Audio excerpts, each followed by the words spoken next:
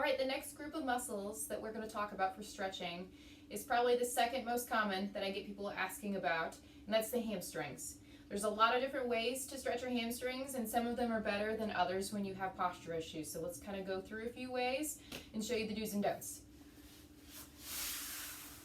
Probably the most common is people have their legs out in front of them and they're bending forward like this. Okay, the hamstrings attaches on the back of the knees, comes up and attaches in your pelvis. So rounding through your back really doesn't add anything for your hamstrings and isn't good for your spine. So this isn't my favorite position for stretching the hamstrings, but if you really like it, your goal is to keep yourself nice and straight and to bend at the waist. Because if we're trying to tighten this muscle here to stretch it, nothing above the pelvis is going to make a difference. It all has to come from hinging right here. I can even put my hands back behind me and press a little bit.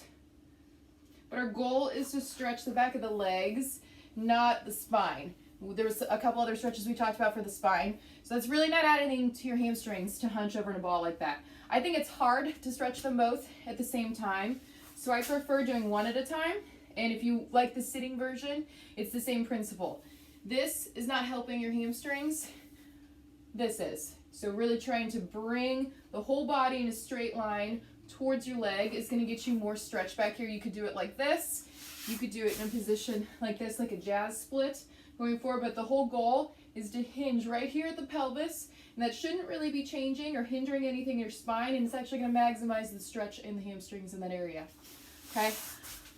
I think that those are acceptable options. I prefer, the safest way is going to be laying on your back because your back is going to be straight and you're not going to have to worry about doing anything wonky with your hamstrings.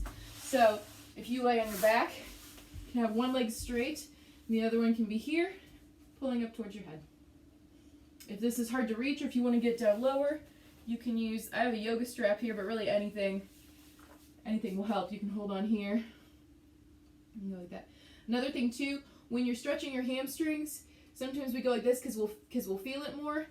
When you flex your foot, you're going to be tightening your calf muscle. We're going to be tightening your nerves. It's not really going to add anything to the hamstrings. And a lot of times when we have scoliosis, we have extra nerve tension. So if doing that makes it burning and kind of uncomfortably painful, then you might not even need that. You're going to get more straight hamstrings if you leave the foot relaxed, especially if you have a lot of nerve tension. Doing it on the other side, it would look just like this. A couple other ways that people do hamstrings.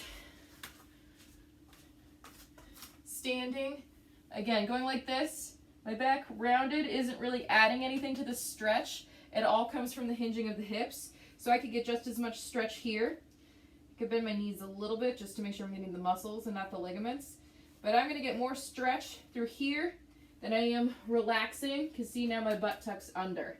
So it's all that hinging at the hips that's going to get your hamstrings. Okay? You can do it there like that. Same thing with this exercise. If you've seen this one before. Rounding is not adding anything to my hamstrings. What's adding to my hamstrings is that hinging at the waist. So there's a few options for your hamstrings. Have fun, be safe.